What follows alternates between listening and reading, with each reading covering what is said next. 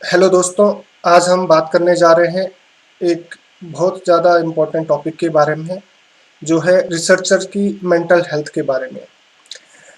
जैसा कि हम सभी लोग जानते हैं, इस साल कोरोना की इस पेंडेमिक की वजह से बहुत सारी हमें टीवी मीडिया और प्रिंट मीडिया के माध्यम से बहुत सारी चीज़ें हमको मिली हैं, सुनने को मिली हैं कि लोग घर पे बैठ के डिप्रेशन, एंग्जाइटी के शिकार हो रहे हैं।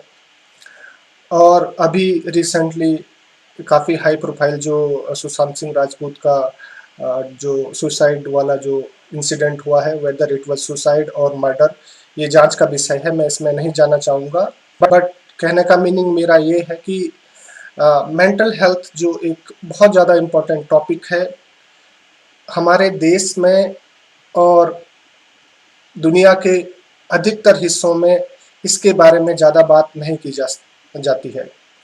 तो मैं आज हमारे जो रिसर्चर्स होते हैं इनके बारे में मैं बात करना चाहूँगा, क्योंकि हम लोग काफ़ी समय हम लोग अखबारों में न्यूज़ में सुनते हैं कि किसी स्टूडेंट ने बोर्ड एग्ज़ाम में फेल होने के डर से सुसाइड कर लिया, किसी ने एग्ज़ाम में अच्छी परफॉर्म नहीं कर पाने की वजह से सुसाइड कर लिया, और बहुत सारे केसेस हम लोग ऐसे सुनते हैं।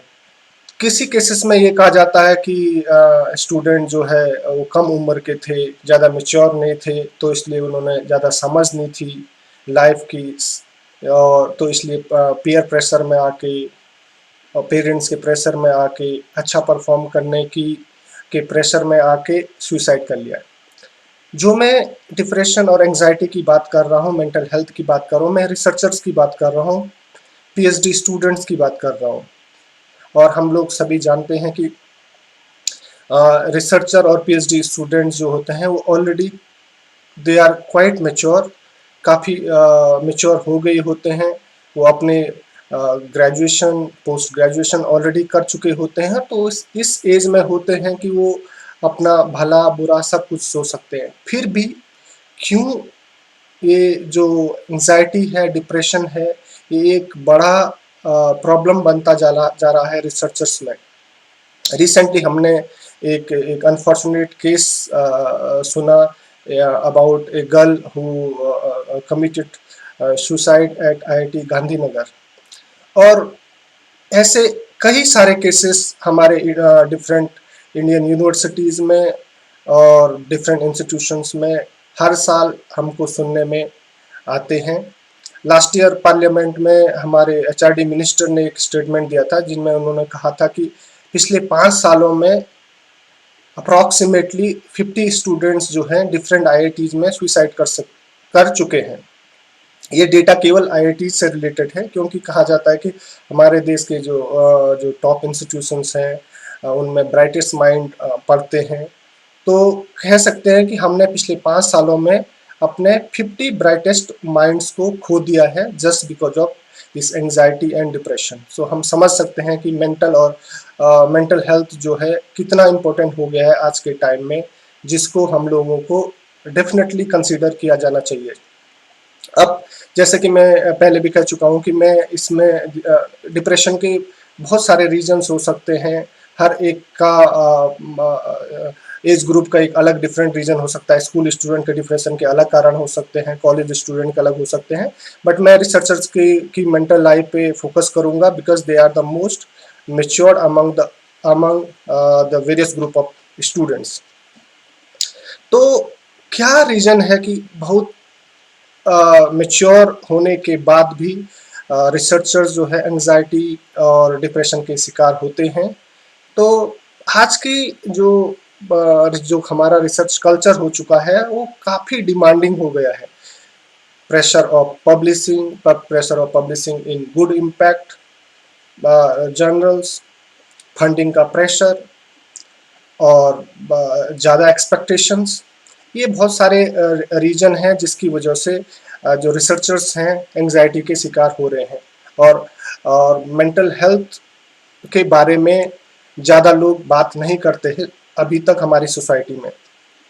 तो एक कह सकते हैं कि आज के कोविड के दौर में जब मैक्सिमम लोग जो घर में बैठे-बैठे बहुत टाइम से किसी की जॉब्स चली गई हैं, किसी को वर्क प्रेशर है वर्क फ्रॉम होम करने का, और बहुत सारे रीजंस हो सकते हैं डिप्रेशन और एंजाइटी के।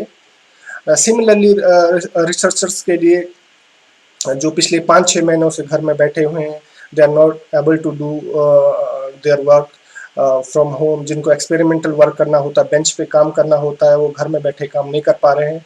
जो नियरली पीएचडी एंड करने के टाइम पे थे, उनका 6 महीना 7 महीना जो है वेस्ट हो गया है, they were not able to finish their PhD on time.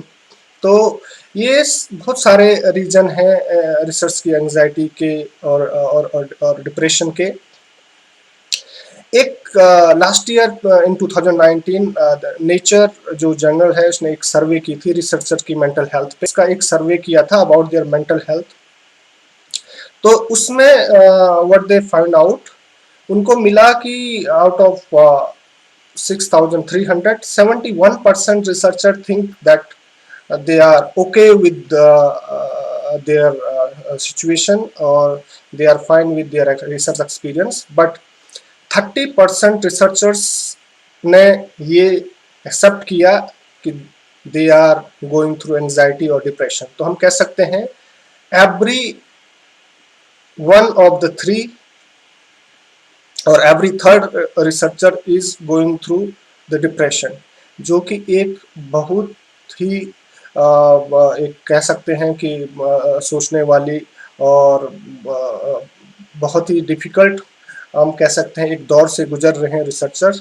हर तीसरा रिसर्चर जो है एंजाइटी का शिकार है।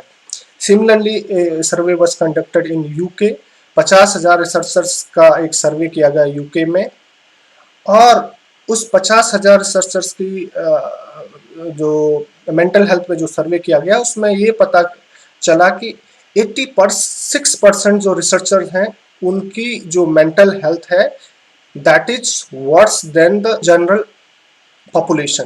कहने का मीनिंग ये है कि 86% रिसर्चर्स की मेंटल हेल्थ जो जनरल पॉपुलेशन है, जनरल पब्लिक है, उनकी मेंटल हेल्थ से कमजोर है। Meaning they are more prone to depression and anxiety.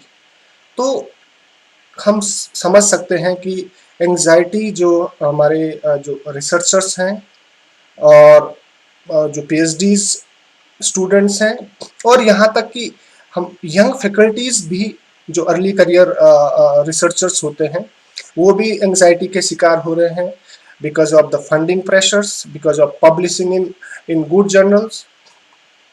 Tenure track faculties जो होती हैं, उन पे एक प्रेशर होता है, they need to get the permanent positions before completing their tenure track.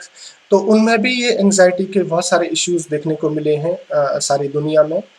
तो मेरा कहने का मीनिंग ये है कि रिसर्चर्स की जो डिप्रेशन और जो एंजाइटी की जो प्रॉब्लम है, मेंटल हेल्थ की जो इश्यूज है, इसको हमें इग्नोर नहीं करना चाहिए, और इसके लिए गवर्नमेंट को, यूनिवर्सिटीज़ को और इंस्टीट्यूशंस को कुछ ना कुछ स्टेप जरूर लेने चाहिए in this direction, so that we can save many lives जो क्विट कर लेते हैं ऐसी सिचुएशन में।